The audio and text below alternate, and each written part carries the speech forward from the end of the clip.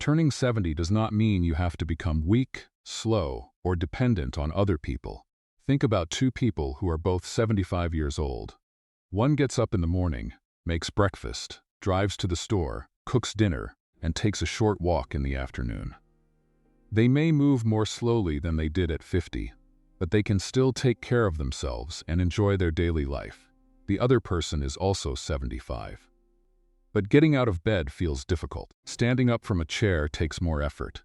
Walking across the house can leave their legs tired, and little by little, they begin to depend on others for things they once did alone. Same age. Very different lives. Why? Genes and health problems certainly matter.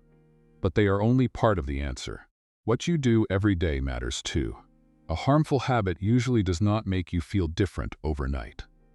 The change can happen slowly. A little less energy, a little more weakness, a little more trouble moving around. Months and years later, those small changes can become much harder to ignore. In this video, we are going to look at 5 common habits that may quietly hurt your health after 70. And pay close attention to habit number 5. Nearly 95% of older adults may be doing it without realizing the danger, and the consequences can be serious. I truly hope you'll be here, healthy and strong, so please stay until the end and discover what these habits are. After we go through all 5, I will also show you 3 simple things you can start doing tomorrow. Nothing complicated, nothing expensive. Just small changes that can fit into a normal day. Before we get started, tell me something in the comments. How old are you? And where are you watching from today?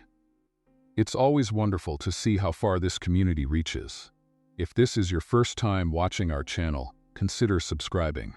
We're here to share simple, practical information to help you stay healthier and independent as you grow older. Now, let's start with habit number 1, sitting for too long. After 70, sitting can easily take up most of the day. You sit during breakfast, while reading, watching television, talking on the phone, or resting after a meal. None of this seems harmful. But the problem begins when you stay in the same chair for a long time without getting up. Take Robert, who is 74. Every morning, he walks around his neighborhood for about 30 minutes. He believes that is enough exercise for the day. But when he gets home, he sits for breakfast, watches television for 2 hours, sits again after lunch, and spends most of the evening in his favorite chair. So even though Robert walks every morning, most of his day is still spent sitting. And one short walk cannot fully make up for many hours without movement. When you sit for a long time, the muscles in your legs barely work. Blood flow can slow, and your body does not use blood sugar as well as it does when you are moving. Over time, too much sitting may also contribute to inflammation and other health problems. But after 70, there is another concern. Losing mobility. Your legs need to work every day to stay useful. If you rarely ask them to stand, push, carry, or climb, they can slowly become weaker. At first, you may only notice that getting out of a chair feels harder. Later, stairs may become tiring. Then you may start avoiding longer walks or asking someone else to carry things for you. This is how independence can slowly become more difficult. And here is the important point. It is not only about how many hours you sit each day. It is also about how long you sit without getting up. The solution is simple. About every 30 minutes, stand up and move for a minute or 2. Walk to the kitchen. Stretch your arms. Move your ankles in circles. Walk around the room before sitting down again. And whenever it is safe, give your muscles a little resistance too. Stand up from a sturdy chair several times. Push gently against a wall. Carry a light grocery bag. These simple movements make your muscles work harder than walking alone. You do not need a gym or a difficult workout. You simply need to remind your body to move throughout the day. So keep your morning walk. It is good for you. But do not spend the next 8 or 10 hours sitting still. Every 30 minutes, stand up. Even a few steps can help you keep movement, strength, and independence as part of your life after 70. But don't stop here. Habit number 2 may seem like something that protects your health. But when it isn't handled the right way, it can quietly do the opposite. Habit number 2 is taking many medications without having them reviewed regularly. First, this does not mean you should stop taking any medicine on your own. Many medications are important and may be protecting your health. The problem is different. As we get older, it is common to take several medicines at the same time. Doctors call this polypharmacy. Imagine Susan, 78. She takes one medicine for blood pressure, another for diabetes, one for joint pain, and another to help her sleep. She also takes vitamins and 2 supplements she bought years ago. Each medicine was added for a reason, but there is one problem. Susan's heart doctor focuses on her heart. Another doctor manages her diabetes. A third doctor helps with her joint pain. Over time, her list gets longer, but no one has recently looked at everything together. This is where problems can begin. One medicine may make you sleepy. Another may lower your blood pressure. Another may cause dizziness or blurred vision. By themselves, these effects may seem small. Together, they can become much more important. For an older adult, feeling dizzy or weak is not just uncomfortable. It can increase the chance of falling. A fall can lead to a broken hip or another injury. That may mean time in the hospital, less walking, weaker muscles, and a longer recovery. For some people, returning to the same level of independence can be difficult. Some medications may also affect how your body uses or absorbs certain nutrients. This can sometimes add to problems such as tiredness or weakness. So what should you do? Once a year, gather everything you take. That means prescription medicines, over-the-counter pills, vitamins, and supplements. Bring them to your doctor or pharmacist. Then ask a simple question about each one. Do I still need this? Also ask whether any of your medicines may interact with each other, whether the dose is still right for you, and whether anything on the list could be causing symptoms you have noticed. Sometimes a medicine that was useful years ago may still be necessary. Sometimes the dose may need to change. And sometimes your doctor may decide that something is no longer needed. That decision should always be made with a healthcare professional. The goal is not to take as few pills as possible. The goal is to make sure every pill you take still has a clear reason to be there. After 70, reviewing your medications can be just as important as remembering to take them. If you're taking 2 or more medications every day, comment yes below. I'd like to see how many people watching are in the same situation. Habit number 3 is not getting enough sleep or sleeping at very different times each night. Many people over 70 accept poor sleep as a normal part of aging. They go to bed late, wake up several times, or get only 5 or 6 hours and tell themselves, "I'm older now. I just don't need as much sleep." While you sleep, your body is not simply resting. It is doing important work. Your brain clears away waste that builds up during the day. Your immune system prepares to fight illness. Your blood pressure normally drops, giving your heart a period of rest. Your muscles repair themselves, and important hormones are regulated. In other words, sleep is your body's nightly repair time. Imagine Helen, 73. She often stays up until midnight watching television. Some nights she falls asleep on the couch. Other nights she goes to bed early. She wakes at different times each morning, depending on how tired she feels. At first, Helen only notices that she needs more coffee and feels sleepy in the afternoon. But poor sleep is not only about feeling tired the next day. When it continues for months or years, it can affect inflammation, blood pressure, blood sugar, and immune function. Researchers have also studied the connection between poor sleep and telomeres, the protective ends of our chromosomes that are linked with biological aging. That means your sleep habits may affect more than your energy. They may influence how well your body handles the aging process itself. Try to go to bed around the same time every night and wake up around the same time each morning. For many older adults, aiming for around 7 to 8 hours is a reasonable goal, although individual needs can vary. Then look at what happens during the hour before bed.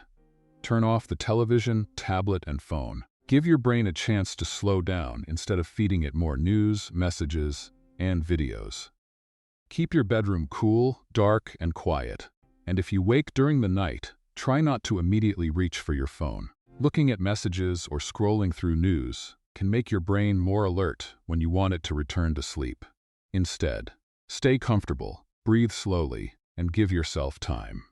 And if poor sleep continues, especially if you snore loudly, wake up gasping, or feel very sleepy during the day, talk with your doctor. Sometimes poor sleep has a cause that needs proper attention. After 70, protecting your sleep is not being lazy. It is part of protecting your brain, muscles, heart, and energy for the next day. If you're having trouble with sleep, comment, "I want to sleep better." If I see that many of you are dealing with the same problem, I may make a full video showing you simple ways to improve your sleep. Habit number 4 is not drinking enough water. This habit becomes especially easy to miss after 70 because your sense of thirst may not be as strong as it once was. You may go several hours without drinking anything and still feel fine. But not feeling thirsty does not always mean your body has enough water. Imagine Mary, 76. She drinks a small cup of coffee with breakfast, then becomes busy with her day. She does some housework, watches television, prepares lunch, and talks with her daughter on the phone. By late afternoon, she suddenly realizes she has barely had any water. Mary is not avoiding water. She simply does not feel thirsty enough to remember it. This can become a problem when it happens day after day. Water is involved in almost everything your body does. It helps your blood circulate, supports your kidneys, helps control body temperature, and keeps many tissues working normally. When your body does not have enough water, your blood becomes more concentrated. Your heart may have to work harder to move blood through your body, while your kidneys have less water available to remove waste. Your brain can also be affected. Even mild dehydration may leave some older adults feeling tired, less focused, or confused. Sometimes these changes are blamed on age when something as simple as poor hydration may be playing a part. Your joints need water too. Cartilage helps cushion the places where your bones meet. Staying well hydrated supports the normal function of these tissues. This becomes especially important when your knees, hips, or other joints already feel stiff. So how can you stay ahead of dehydration? Start before you feel thirsty. After you wake up, have a glass of water. This gives you an easy first step before the day becomes busy. Then keep water somewhere you can see it. Place a bottle beside your favorite chair or on the kitchen table. If water is within reach, you are more likely to drink it throughout the day. You can also get water from food. Cucumber, watermelon, oranges, soups, and other water-rich foods can add to your daily fluid intake. And pay attention when you use the bathroom. Urine that is pale yellow usually suggests you are reasonably hydrated, while darker urine can be a simple reminder that you may need more fluids. Of course, some people with heart or kidney conditions may have been told to limit fluids. If your doctor has given you specific instructions, follow those instead of increasing water on your own. For everyone else, the main lesson is simple. Do not make thirst your only reminder. I believe many people over 70 are doing the same thing without realizing it. If this sounds like you, comment "agree" below, and let's see how many of us share this habit. Habit number 5 is living with constant stress. And this may be the hardest habit to notice, because stress does not always feel like a habit. We usually think stress is something that happens to us. A health problem appears, money becomes tight, someone we love gets sick, we lose a partner or a close friend. Those things are real, and we cannot always control them. But there is another side to stress. What happens inside your body when worry never gets a chance to stop? Imagine Thomas, 79. His health is fairly stable, and he still lives on his own. But his mind rarely rests. In the morning, he worries about his next doctor visit. During the afternoon, he thinks about money. At night, he wonders how long he will be able to live independently. He also worries about becoming a burden to his children. Nothing terrible happens on most days, yet his body spends much of the day acting as if something might. That is chronic stress. When you feel threatened or worried, your body releases hormones such as cortisol. In short periods, this is useful. It helps you become alert and ready to respond. Over time, high levels of stress can affect inflammation, blood sugar, immune function, and even your muscles. Research has also connected long-term stress with changes related to cellular aging. For someone over 70, this matters because the body already needs more time to recover. And stress can quietly make other habits worse. When you worry, you may sleep poorly. When you feel lonely, you may sit more. When you feel tired, you may stop going outside or seeing friends. But the answer is not to remove every stressful thing from your life. That would be impossible. Instead, give your body small periods when it does not have to stay on alert. Take a gentle 10-minute walk. Call someone you enjoy talking to. Spend time gardening, reading, cooking, listening to music, or doing a hobby that holds your attention.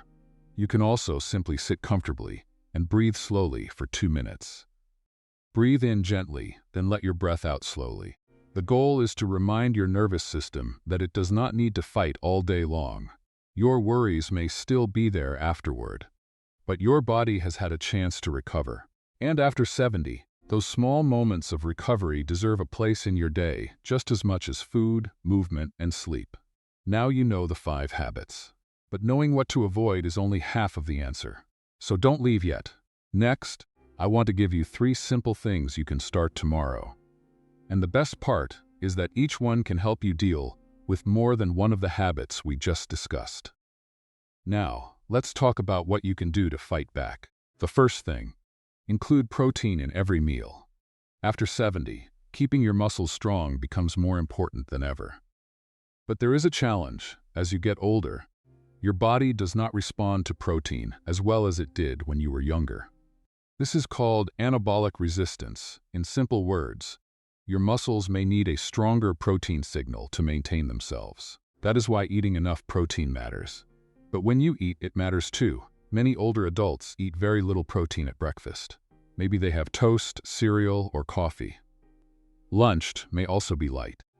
Then most of their protein comes at dinner. A better approach is to spread protein across the day. You don't need to count every gram. A simple guide is to include roughly a palm-sized portion of a protein-rich food at breakfast, lunch, and dinner, adjusted for your own needs. For breakfast, that might be eggs or Greek yogurt. At lunch, you could have chicken, fish, beans, tofu, or another protein food you enjoy. At dinner, include protein again, instead of trying to make that one meal do all the work. Nuts can also be an easy addition to meals or snacks. And protein is not only important for bigger or stronger muscles.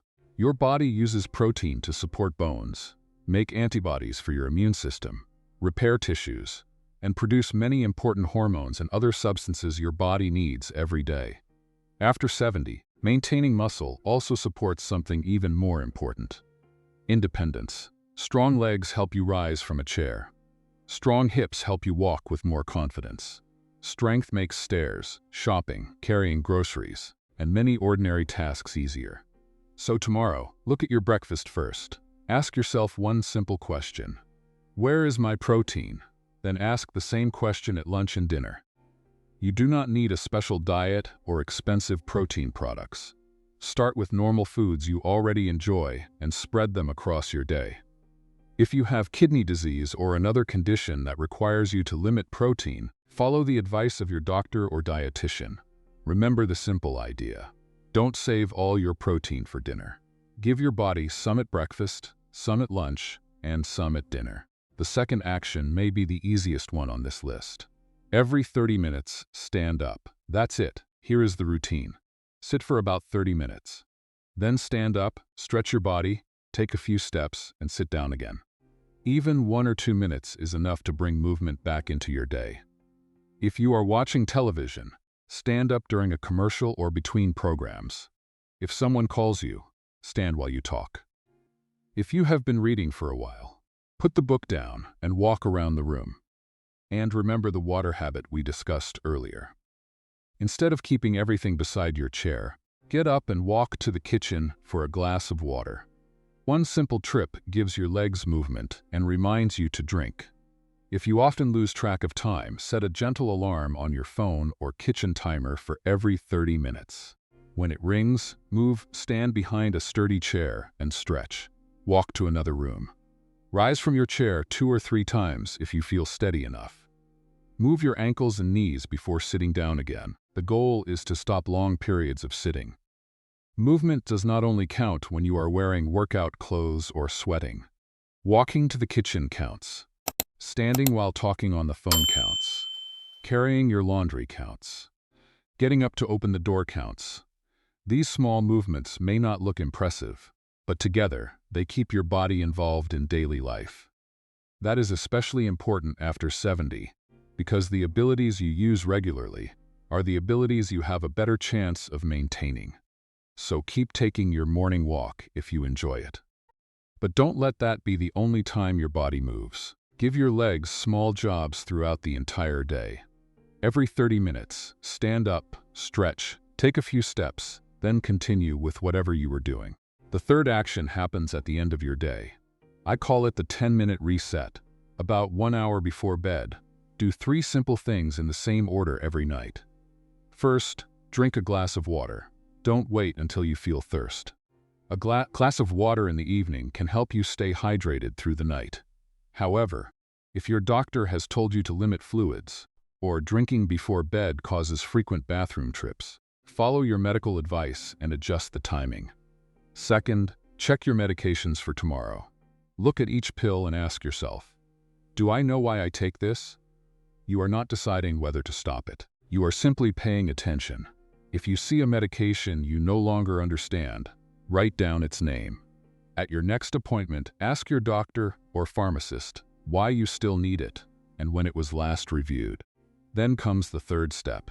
Put your phone away, not beside your pillow, not face down on the nightstand. If possible, leave it in another room or somewhere you cannot easily reach from bed. Your mind needs a clear signal that the day is ending. One more news story can lead to another. One message can become a conversation. One worrying headline can keep your thoughts moving long after the screen goes dark. Give your brain a quieter ending instead. 3 actions. Together, they take less than 10 minutes. But notice how much they cover. The water supports better hydration. The medication check helps you stay aware of what you are taking. Putting the phone away supports better sleep and gives your mind a break from late-night stress. That means one short evening routine touches 4 of the 5 habits we discussed today. And perhaps that is the most important lesson of this video. Healthy aging does not always require a huge change. Sometimes it begins with a few small choices repeated at the right time, every day. So before you go to sleep tonight, try the 10-minute reset. So, what should you take away from all of this? After 70, health is rarely shaped by one big decision. More often, it is affected by ordinary things repeated every day, many of which are easy to overlook. That is why the most useful thing you can do after watching this video is simply pay closer attention to your routine. You don't have to change everything at once.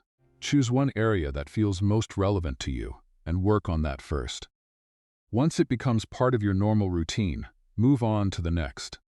And if you have health conditions or take prescription medications, talk with your doctor before making major changes to your diet, fluid intake, medication, or exercise routine. General advice should never replace medical care that is specific to you. Most importantly, don't judge yourself for habits you have followed for years. The purpose of learning about them is simply to recognize what may need more attention.